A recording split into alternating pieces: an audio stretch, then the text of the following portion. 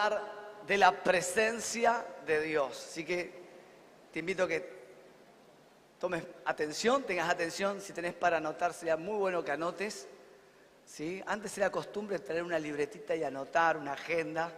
Ahora tenemos medios digitales, el bloc de notas ahí en el celular. Pero siempre es importante tomar notas porque ocurren cuestiones en un sermón. A veces uno prepara el sermón y le da detalles, pero ocurren otras cosas en un sermón que el Espíritu Santo lo toma y que cosas que no están anotadas. O cosas que el Señor te habla en forma personal. Y eso es muy importante. ¿Ok? Así que vamos a hablar de la presencia del Señor. Hay tantas cosas que se dicen de la presencia, ¿sí? Y vamos a hablar primero, tratar a través de la Escritura de ver qué significa primero la presencia del Señor, ¿sí? Hay mucha gente que dice, había una presencia fuertísima. ¿Escuchaste ese? ¿Sí? ¿Ok? Y cuando no hay, ¿qué pasa con la presencia? ¿Puede ser que en algún lado no esté Dios? ¿Qué opina usted? ¿Cómo es nuestro Padre Celestial? ¿Chiquito o grande? ¿Cuánto de grande? Dice la Biblia que los cielos de los cielos no lo pueden contener.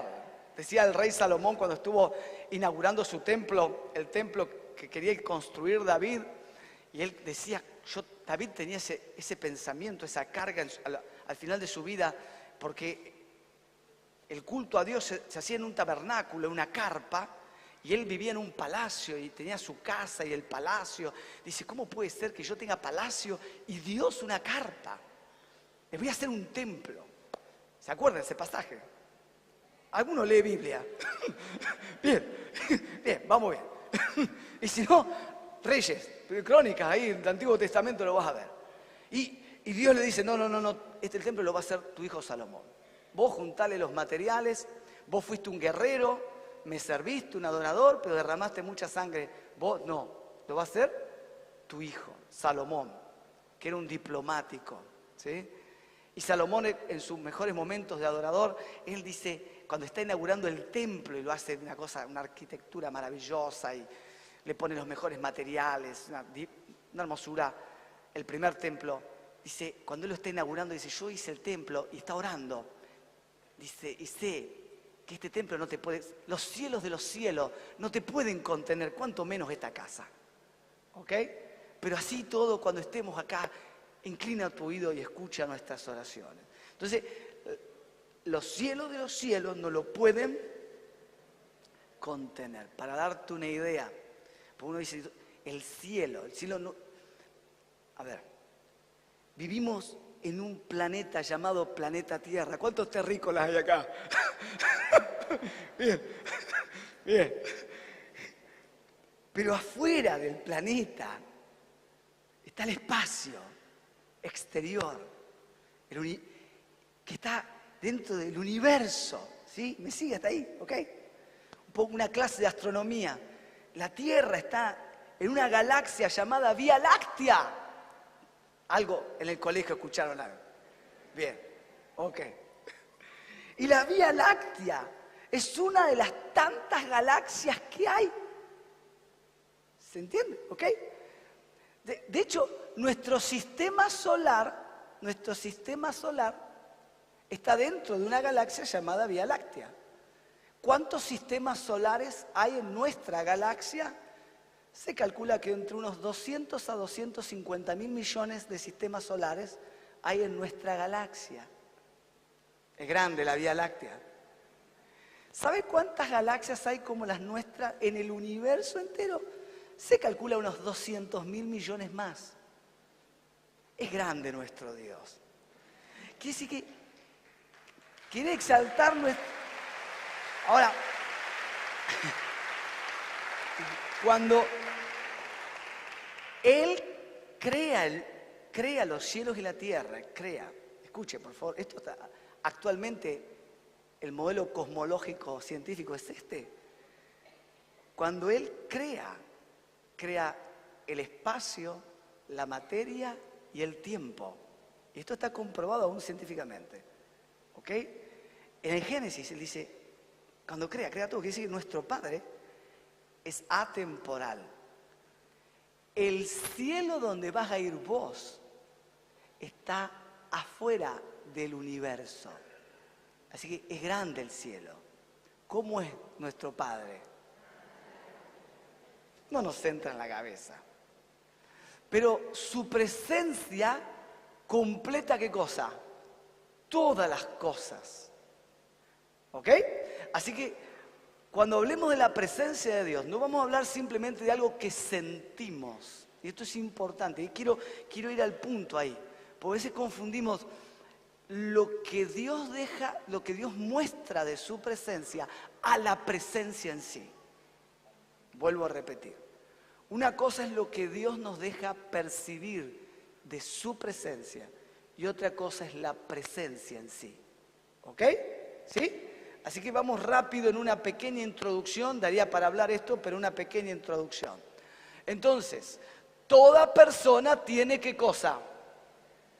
La presencia es algo inherente a una persona. ¿Estamos de acuerdo con eso? Entonces, por ejemplo, las criaturas materiales o físicas como un animal tienen una presencia física. O de un perrito. ¿Cuántos tienen mascota en casa? ¿Perro, gato, tortuga, canario? ¿Pescado? Pescado no, pez. Pescado en el freezer. ¿Está bien? Laucha. Ratón. Vos ves al bicho ahí, está ahí. ¿Estamos de acuerdo? ¿Sí?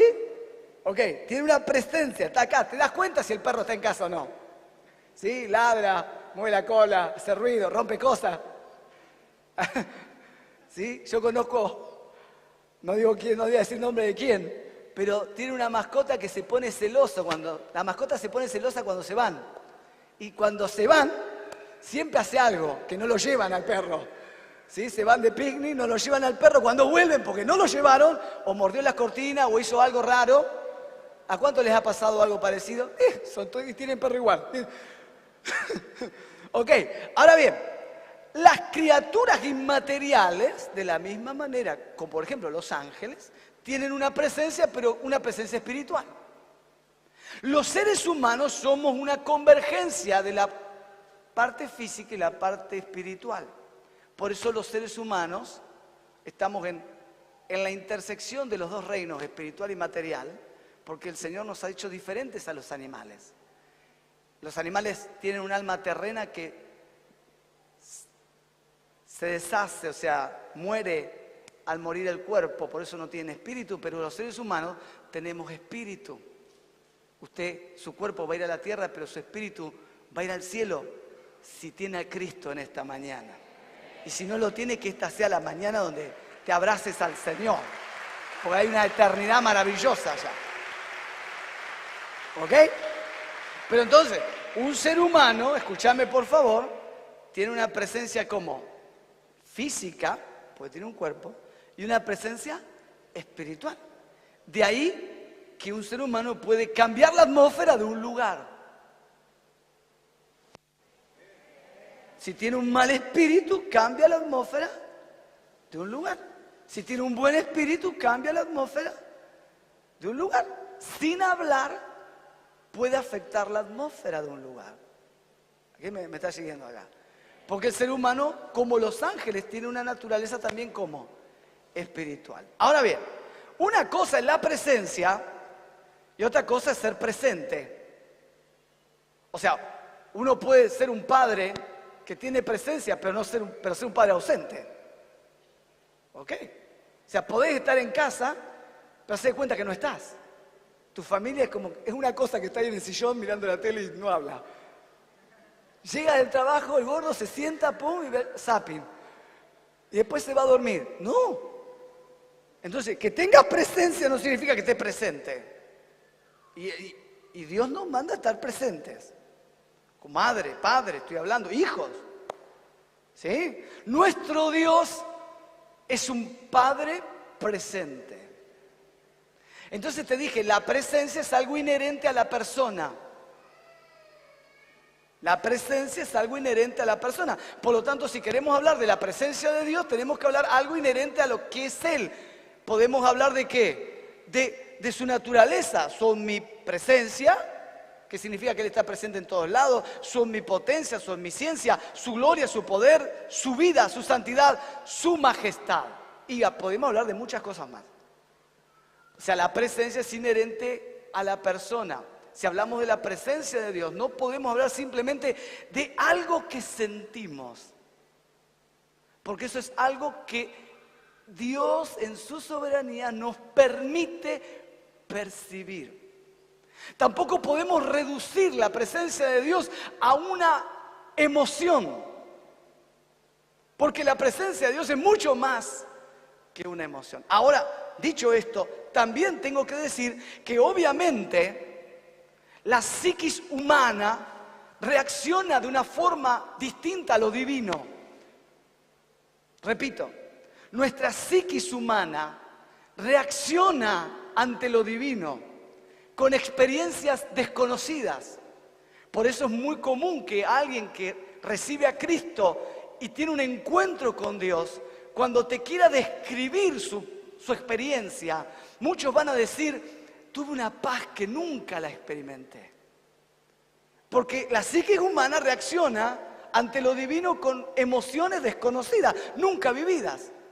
Experimenté un amor que jamás, una paz que no la puedo describir. Y podríamos empezar a decir, bueno, ¿qué experimentaste? ¿Qué experimentaste? ¿Qué experimentaste? Y tendríamos un montón de experiencias. ¿Se entiende lo que estoy tratando de decir? Que nos darían destellos de algo de la presencia de Dios, pero de ninguna manera podemos reducir la presencia de Dios a un sentimiento. Tampoco puedo decir que la presencia de Dios la tengo que sentir siempre, no. Porque ya te diste cuenta que es inherente a la persona. Él está, independientemente de que lo sientas o no. El Señor dijo: yo estoy con ustedes todos los días hasta el fin del mundo. Amén. Amén.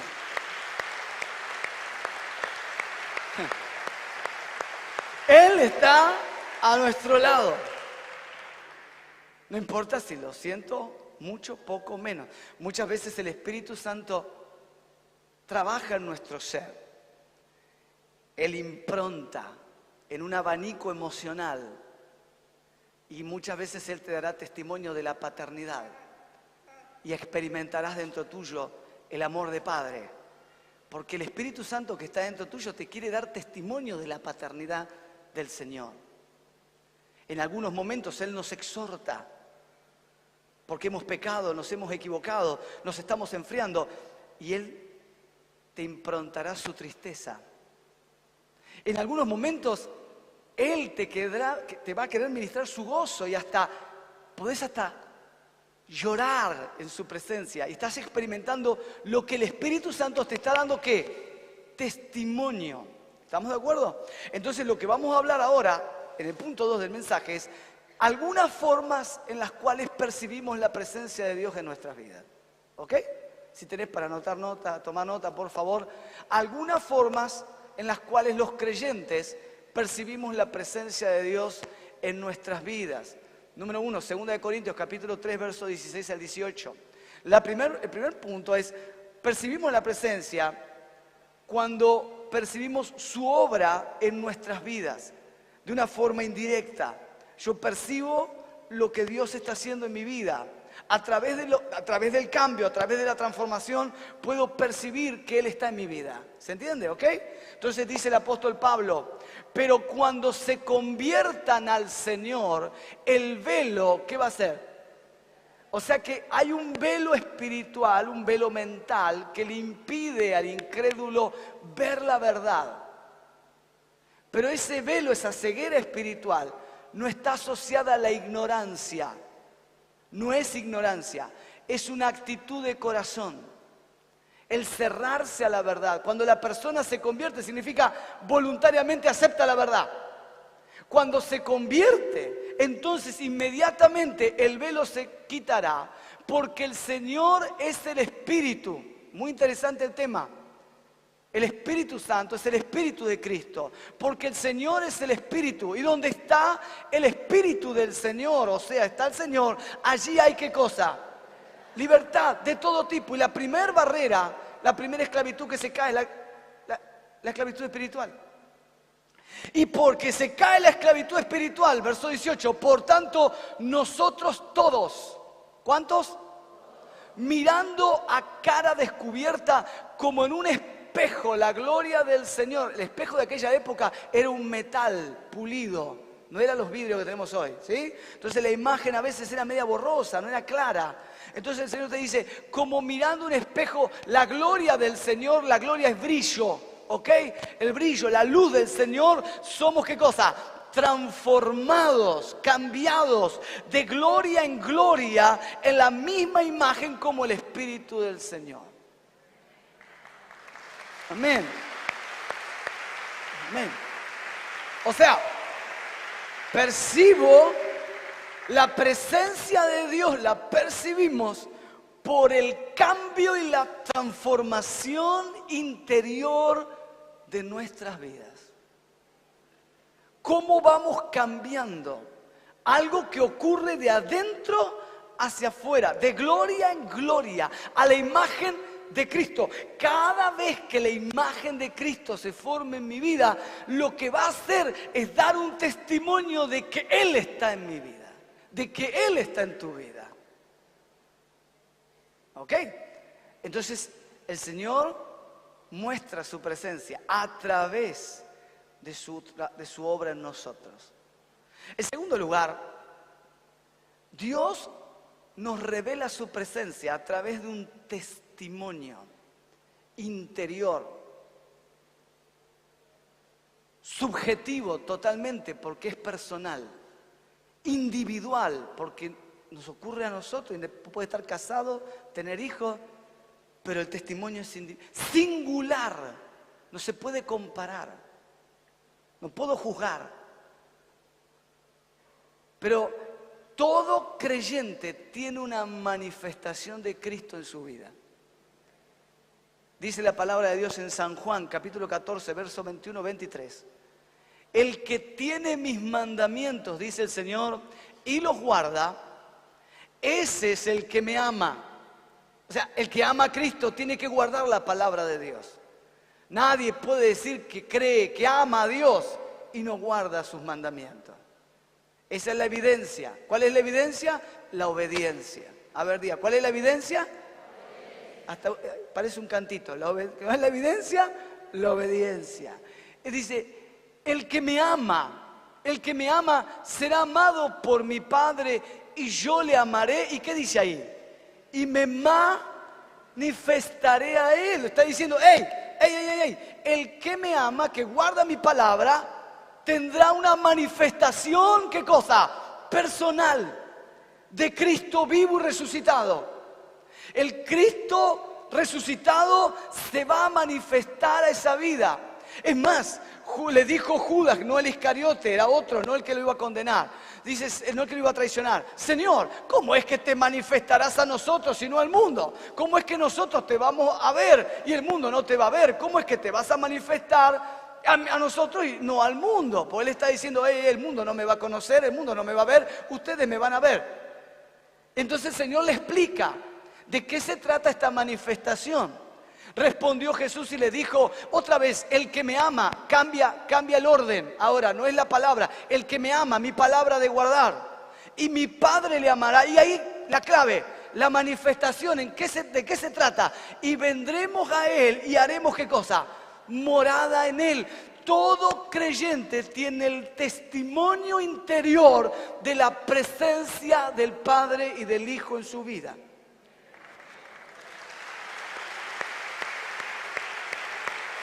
¿Ok? Es algo inexplicable. ¿Cómo? Cristo vivo está acá. Todo creyente tiene un huésped invisible y puede dar testimonio de la resurrección. Y esa es la evidencia. Tenemos un huésped, Cristo, una persona, no alguien en quien simplemente creemos, alguien en quien, ¿qué cosa? conocemos. San Juan, muchos años después, va a escribir sobre este tema y nos va a dar un poco más de información sobre de qué se trata este testimonio de la persona de Cristo en nuestras vidas.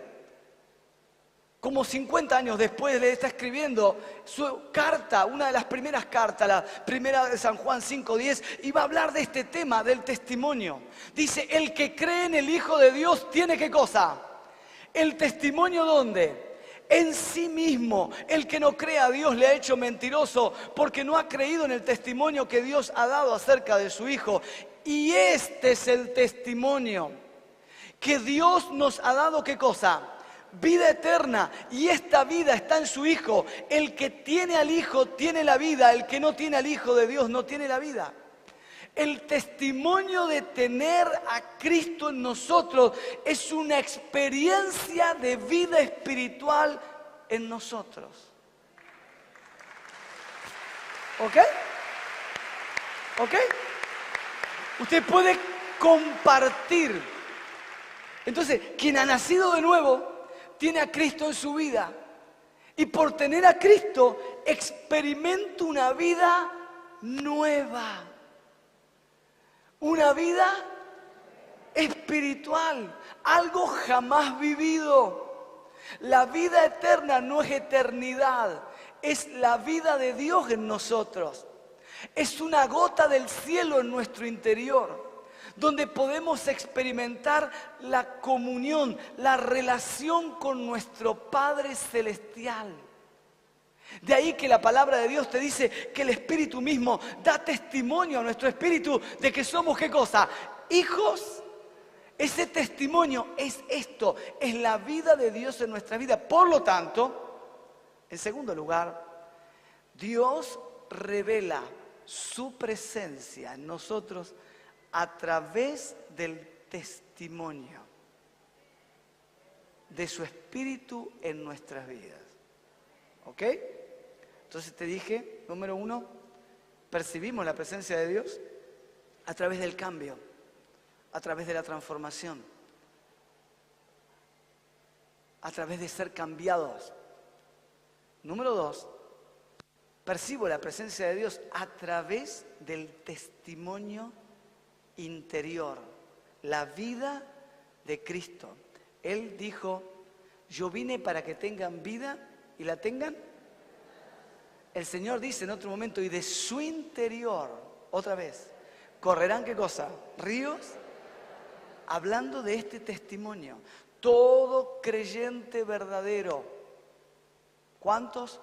Todo creyente verdadero tiene la promesa de una manifestación de Cristo en su vida, personal, individual, singular.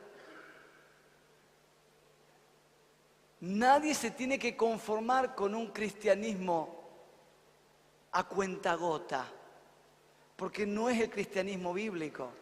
El cristianismo bíblico es un cristianismo de relación, donde Dios deja de ser una idea para transformarse en una persona a cual conocemos, que da testimonio de su presencia en nosotros. Amén. Amén. Ese es el cristianismo verdadero. En tercer lugar, percibimos la presencia de Dios a través de los actos sobrenaturales, como por ejemplo un milagro. Libro de los Hechos, capítulo 4, verso 31, dice, cuando hubieron orado, estaban los apóstoles orando. De hecho, los apóstoles y la iglesia y los discípulos, porque se había desatado una persecución, entonces se pusieron a orar y pidiendo no que pare la persecución, ojo acá, porque si estaríamos orando en este momento, diablo, te reprendo, córtala. Ellos no oraron para que la persecución se detuviera. De hecho, en medio de la persecución dieron gracias de que podían predicar. En medio de la persecución. Entonces oraron y dijeron, Señor, danos denuedo. Oramos por los siervos para que con denuedo den testimonio de ¿qué? De tu Hijo amado Jesús. Mientras añades tu gracia para que se hagan milagros en tu nombre. Y luego de orar, pidiendo valentía. ¿Qué pidieron? O sea, no pidieron que la persecución no venga, pidieron valentía en medio. Esa es una buena oración. No, acá no estoy teniendo buena onda. Esa es una buena oración. ¿Sí? Porque a veces la prueba decían, fuera prueba, fuera prueba. Y el Señor te dice, hijo, la prueba es lo que te hace crecer. O sea que no es fuera prueba, Señor, dame valor para superar ¿qué cosa? Es como cuando el Señor le dice a Pedro, ¿se acuerdan? Pedro, Satanás te ha pedido ¿para qué? Para zarandearte como a qué?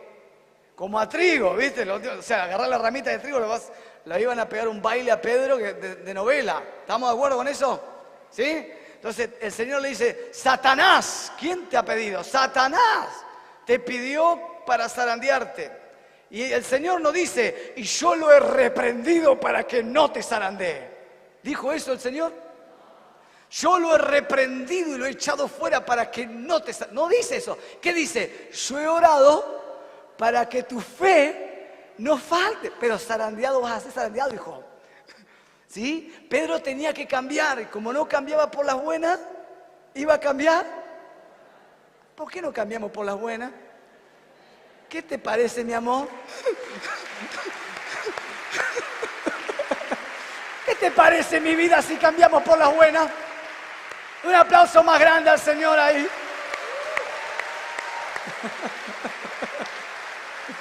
Ok, entonces se pusieron a orar, dice, y cuando hubieron orado el lugar en que estaban congregados tembló, y todos fueron llenos del Espíritu Santo y hablaban con denuedo la palabra de Dios. Un milagro sobrenatural, una obra sobrenatural, es un testimonio de la presencia de Dios.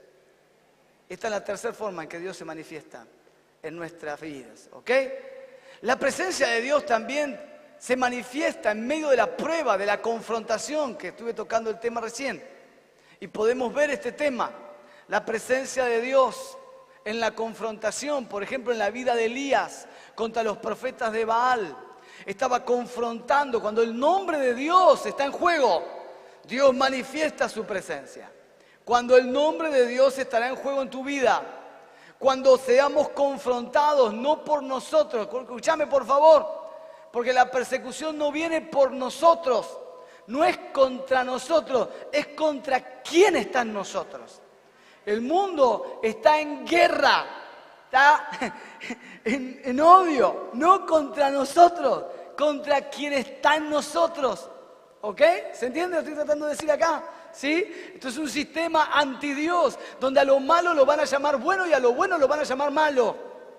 Y tenemos que estar preparados para eso. Entonces, cuando haya una confrontación, no contra vos, sino contra el que está dentro de tu vida, no salgas a los gritos a defenderte, porque no es contra vos que te están persiguiendo, es contra el que está dentro.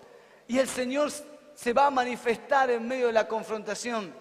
Dice la palabra de Dios que en el medio de la confrontación, cuando llegó la hora de ofrecerse el holocausto, se acercó el profeta Elías y dijo: Jehová, Dios de Abraham, de Isaac, de Israel, sea hoy manifiesto que tú eres Dios de Israel y que yo soy tu siervo, y que por mandato tuyo he hecho todas estas cosas. Respóndeme, oh Jehová, respóndeme, para que conozca este pueblo que tú, oh Jehová, eres Dios, y que tú vuelves a ti el corazón de ellos. Pues estaba contra los profetas de Baal, ¿se acuerdan? El baalismo, ¿sí? que estaban matando a los profetas de Dios, y el pueblo se había desviado a la idolatría y a los cultos paganos. Entonces, en ese momento cayó fuego de Jehová y consumió todo el holocausto, la leña, las piedras, el polvo, y aún el fuego lamió el agua que estaba en la zanja. O sea, Dios manifiesta su gloria y su presencia cuando su nombre es confrontado. Otro ejemplo, por ejemplo, es Josué. Josué capítulo 1. Josué tenía que conquistar la tierra, tenía que ejecutar un juicio de Dios, tenía que hacer la voluntad de Dios. ¿Cuántos van a hacer la voluntad de Dios acá? Entonces vas a tener garantía de la manifestación de la presencia de Dios. Dice, nadie te podrá hacer frente. Y esto te dice el Espíritu Santo. Si alguno va a hacer la voluntad de Dios en su vida, nadie te podrá hacer frente en todos los días de tu vida. Como estuve con Moisés, estaré contigo. No te dejaré ni te desampararé. Es promesa de Dios. Aleluya. Él está a nuestro lado.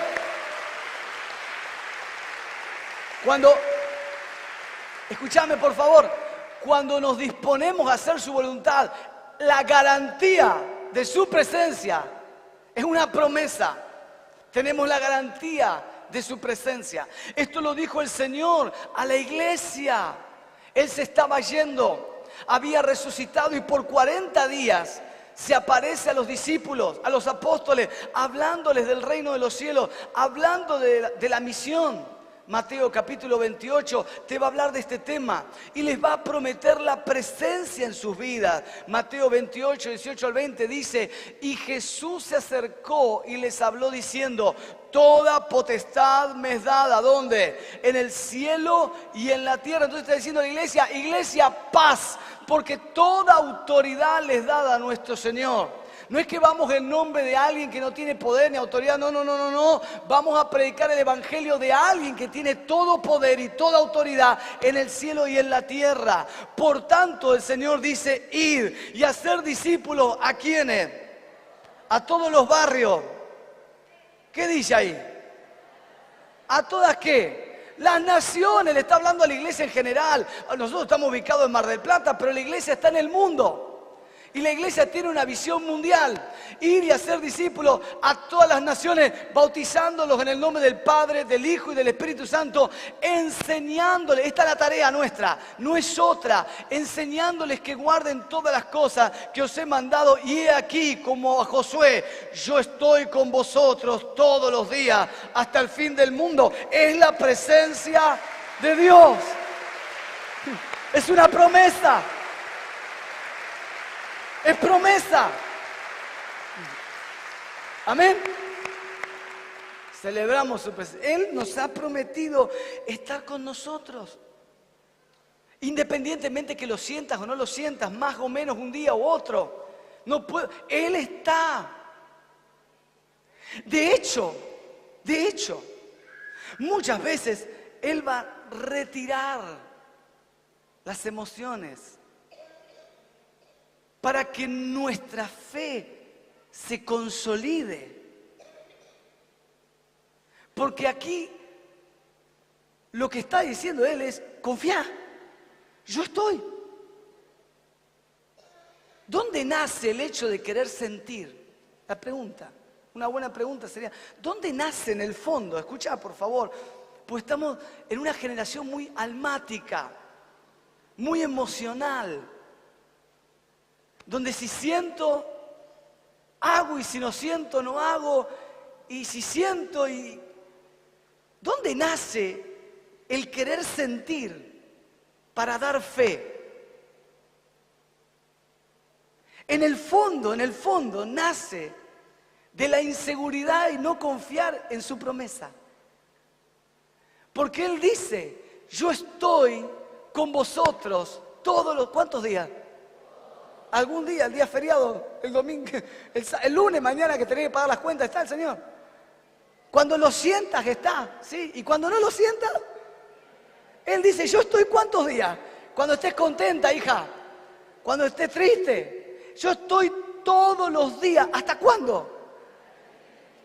Es una promesa absoluta. Él está con nosotros. Y la vida del creyente victorioso radica en cuánto confío ciegamente en lo que Él ha prometido. ¿Ok? Esto le pasó al apóstol Pablo. Estaba predicando y estaba preso en Jerusalén. Casi lo matan por predicar. Y el Señor le da testimonio de su presencia. Dice el libro de Hechos, capítulo 23, verso 10. Y habiendo gran disensión, el tribuno, teniendo temor de que Pablo fuese, ¿qué cosa? Despedazado por ellos, mandó que bajasen los soldados y le arrebatasen de en medio de ellos y se lo llevasen ¿a dónde? A la fortaleza. Y a la noche siguiente se le presentó ¿quién? El Señor, y le dijo: Pablo, casi te matan. Deja de predicar. No, ¿qué le dijo? Tené ánimo, Pablo, pues como has testificado de mí en Jerusalén, así es necesario que testifiques también en Roma. ¡Ánimo! Yo estoy con vosotros. ¿Me entiendes? La promesa de Dios prometida. El Señor está para animarnos. Lo animó a Pablo en los momentos en que Pablo estaba desanimado porque casi lo matan. Y le dijo, hey, como predicaste acá, vamos, ahora te falta en Roma. ¿Sí? Como cobraste acá. No sé. El Señor dice, hey, falta. ¿Sí? Pero yo estoy contigo. ¿Ok? Y cuando perseveramos en la fe, sumamos un ladrillo más a nuestra vida espiritual y un galardón más a nuestra corona en el cielo. Una perla más. ¿Ok? Muy bien. Entonces dijimos, la presencia de Dios frente a la confrontación, fíjate, frente a la confrontación se manifiesta. Con Elías, con Josué, con el Señor, cuando vayan a predicar y tengan que confrontar al mundo, yo estoy con ustedes. Pablo estaba predicando y en el momento de la confrontación, el Señor lo animó. Él está a nuestro lado. La presencia de Dios no tiene límites. No es que está en un lugar, no tiene límites. Dice el Señor, libro de Primera Reyes 8:27, algo comenté al principio, pero hablando el rey Salomón, es verdad que Dios morará sobre la tierra. He aquí que los cielos de los cielos no te pueden contener, cuanto menos esta casa que yo he edificado. O sea, la presencia de Dios gobierna y no tiene límites. Otro pasaje, el libro de los Salmos, nos dice, Salmo 119:64, de tu misericordia, oh Jehová, está llena, ¿qué cosa? La tierra, enséñame tus estatutos. Quiere decir, la presencia de Dios no tiene. Y esto le pasó al Señor. Lo enseñó frente a un centurión. Un centurión tenía a su siervo, su criado muy enfermo. Y lo manda a llamar. El criado era, normalmente en aquella época, nacía con la familia. Era como un hijo más. Y este centurión era un centurión piadoso, no pertenecía a la fe judía, pero simpatizaba con la nación, hasta les había construido una sinagoga. Entonces los sacerdotes, los fariseos van y dicen, Señor, mira, este centurión es bueno, te pedimos por favor que vayas y escuches. Y el Señor va camino a la casa del centurión porque tenía a su siervo gravemente enfermo, a punto de morir. Pero el centurión tenía temor y le dice, hey, no entre, y lo manda a parar. Si no entres en mi casa, porque no soy digno de que entres en mi casa. Mirá, era alguien que se consideraba un pobre de espíritu. ¿Quién es el pobre del espíritu? El que sabe que no le da para agradar a Dios. Repito, el pobre de espíritu es el que sabe que no puede agradar a Dios, no tiene con qué agradar a Dios y que necesita de la gracia de Dios. Por eso el Evangelio es para los pobres de espíritu, que significa aquellos que saben que no tienen mérito alguno para entrar en la presencia y que por la gracia pura de nuestro Señor pueden entrar. ¿Ok? Aquel que se crea, aquella que se crea que por propio mérito puede agradar a Dios, entonces ya está descalificado. Este centurión le demostró tener más fe que a los propios judíos. Y de hecho el Señor va a hablar de este tema. Dice Lucas 7:2-10, y el siervo de un centurión, a quien éste quería mucho, estaba enfermo, a punto de morir. Y cuando el centurión oyó hablar de Jesús, le envió unos ancianos de los judíos rogándole que viniesen y le sanasen a su siervo. Y ellos vinieron a Jesús y le rogaron con solicitud, diciéndole, es digno de que le concedas esto, porque ama a nuestra nación y nos ha edificado una sinagoga. Y Jesús fue con ellos, pero cuando ya no estaban lejos de la casa, el centurión envió a él unos amigos diciéndole, Señor, no te molestes, pues no soy digno de que entres bajo mi techo. Por lo que ni aún me tuve por digno de venir a ti. Pero di la palabra y mi siervo, ¿qué va a pasar? Como en esta mañana, vamos a dar la palabra y no importa dónde esté la necesidad, el Señor va a actuar en la necesidad. ¿Ok? Di la palabra y mi siervo será sano. porque también soy yo hombre puesto bajo autoridad y tengo soldados bajo mis órdenes y le digo a este ven y va y al otro ven y viene y a mi siervo haz esto y lo hace. Al oír esto Jesús se maravilló de él y volviéndose dijo a la gente que le seguía, os digo que ni aún en Israel he hallado tanta fe. Y al regresar a casa los que habían sido enviados hallaron sano al siervo que había estado enfermo. Amén. Le damos a dar un aplauso a la palabra de Dios. Gracias, Señor. La oración no tiene fronteras, no tiene límites. La presencia de Dios no tiene límites. No es necesario que te toquen para recibir la bendición, porque la presencia de Dios, ¿cómo es? No tiene límites, ¿ok? No tiene límites. Y esto es muy importante entenderlo. Quinto punto, estoy entrando al final del mensaje. Vamos a hablar de Moisés, un hombre apasionado por la presencia de Dios. Un hombre que dijo, yo sin tu presencia no voy a ningún lugar. Si no estás conmigo, no vale la pena absolutamente nada. Dice la palabra de Dios, Éxodo, y vamos a hablar de cómo la presencia nos fortalece. Éxodo 33, 14 al 17. Y él dijo, hablando Dios a Moisés, mi presencia irá contigo. ¿Y qué te dará? Mi presencia irá contigo. Otra vez una promesa. Mi presencia irá contigo y te dará descanso. El descanso es el fruto de tener la presencia de Dios. La forma que se percibe, una de las formas que se percibe. Y Moisés respondió, si tu presencia no ha de ir conmigo, no nos saques de aquí. ¿Y en qué conocerá aquí que he hallado gracia en tus ojos, yo y tu pueblo, sino en que tú andes con nosotros y que yo y tu pueblo seamos apartados de todos los pueblos que están sobre la faz de la tierra?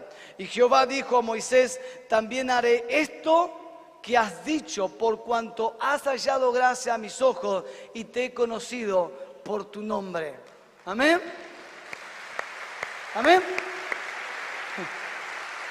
Escuche. Cristo en nosotros nos hace especiales. Israel era un pueblo especial, no por Israel mismo, porque era un pueblo lleno de pecado como todos nosotros. Era especial por tener a Dios con ellos. Dice, eso, que mi presencia esté con ustedes, los va a separar del resto de las naciones. Como creyentes, es Cristo en nosotros. No somos nosotros, porque somos barro igual que todo el mundo. Pecadores igual que todo el mundo. Pero es Cristo en nosotros quien nos separa. Es por Cristo en nosotros que podemos tener una vida victoriosa. Dice Moisés, si tu presencia no ha de ir conmigo, no nos saques de aquí. Moisés comprendía que sin Dios ellos serían un pueblo más y no podrían hacer frente a los desafíos que tenían. Sin Dios no iban a poder hacer absolutamente nada y así somos nosotros. De hecho, el Señor le habla a los discípulos y les pone el mismo ejemplo. Dice San Juan, separados de mí, San Juan 15, 5, yo soy la vid, vosotros los pámpanos, lo mismo que Moisés. El que permanece en mí y yo en él, este lleva fruto, porque separados de mí, nada podéis hacer. Con Cristo, todo. Sin Cristo, nada. Si Cristo está en nosotros, entonces, damas y caballeros, podemos emprender cualquier cosa, cualquier desafío que esté delante, vas a vencer y tener victoria, porque con Cristo todo, pero sin Cristo nada. Amén. Separado de mí, nada podéis hacer.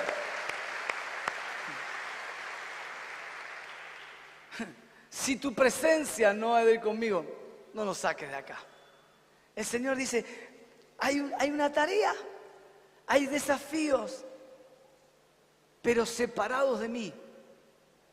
Entonces, lo más importante para un creyente es cultivar la comunión con el Señor.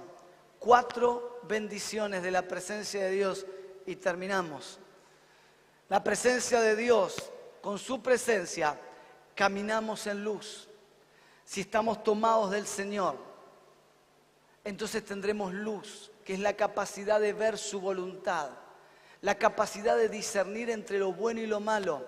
Hay mucha gente que no puede discernir entre el bien y el mal. Hay gente que no tiene sabiduría para saber qué es bueno y qué es malo. Y es simplemente porque no camina en comunión con el Señor. Quien camina tomado de la mano del Señor tendrá luz, tendrá la capacidad de ver, tendrá la capacidad de discernir qué es de Dios y qué no es de Dios, qué es bueno y qué es malo. Quien camina con la presencia de Dios, dije, tiene luz. En segundo lugar, la presencia de Dios nos dará ¿qué cosa? Paz. Mi presencia, Moisés, mi presencia irá contigo y te dará ¿qué cosa? Descanso. La presencia de Dios nos da descanso. Saber que Él pelea nuestras batallas no significa que no serás tentada, hija. Serás tentada, tentado, hijo. Serás tentado a dudar, tentado a caer en el estrés, en la ansiedad. Pero si está la presencia en tu vida, entonces la presencia te dará descanso.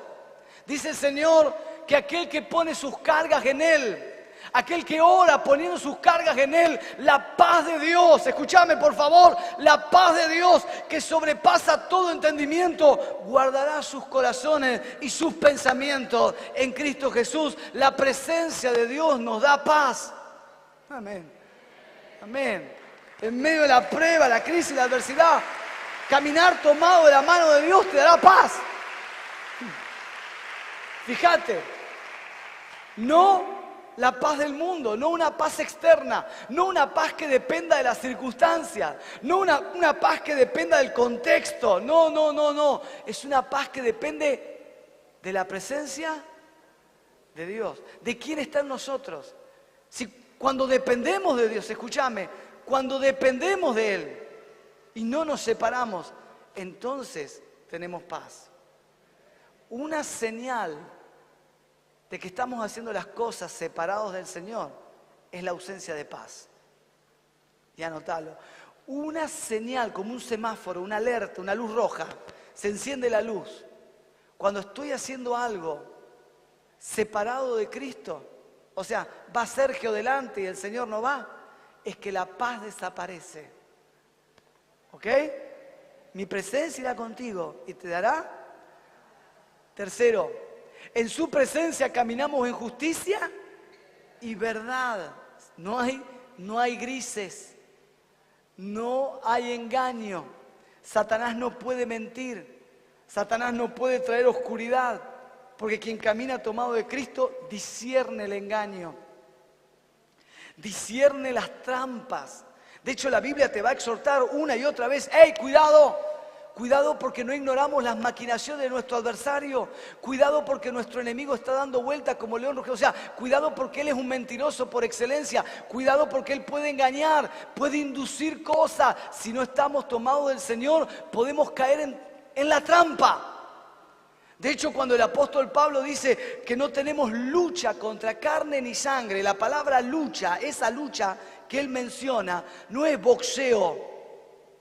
Cuando dice que no tenemos lucha, se refiere a la lucha libre. ¿Quién me está siguiendo? ¿Okay? La lucha libre no es golpe, la lucha libre se trata de trampa, de toma, de engaño, de sutileza.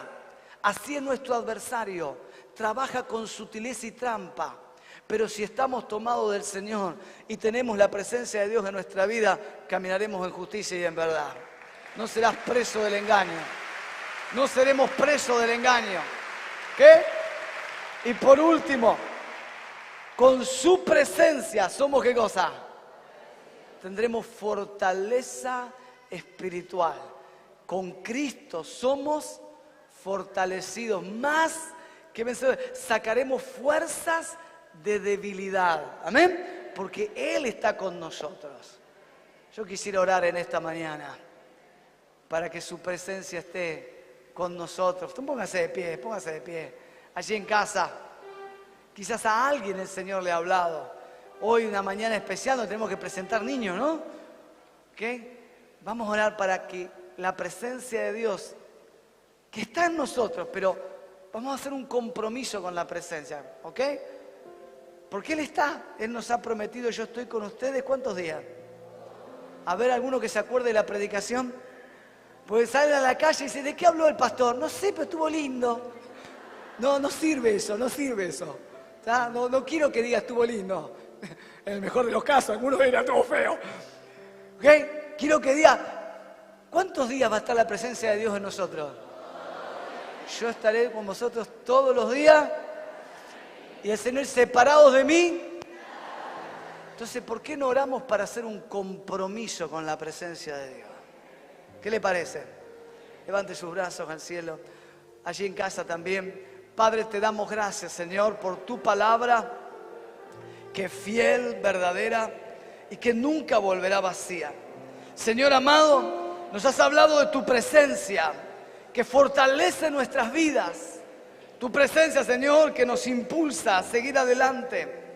Así como respaldaste a Elías en medio de la confrontación, a Josué fortaleciéndolo, Señor, para conquistar la tierra, así como le prometiste a los discípulos que estarías con ellos todos los días hasta el fin del mundo. Así como ha fortalecido al apóstol Pablo en medio de la persecución, así nos fortaleces cada día, Señor, en medio de este peregrinar en este mundo. Amado Padre, queremos hacer un pacto contigo y abrazar con responsabilidad tu presencia, porque nos has dicho que separados de ti nada podemos hacer. Señor, como Moisés dijo, si tu presencia no va con nosotros, no nos saques de acá. De la misma manera, Señor, si no estás con nosotros en lo que hacemos, no queremos hacer nada. Amado Padre, con tu presencia todo, sin tu presencia nada. Padre, pedimos ahora, Señor, luz. Tu palabra dice que tu presencia nos da luz, la capacidad de ver, Señor, de entender lo bueno y lo malo.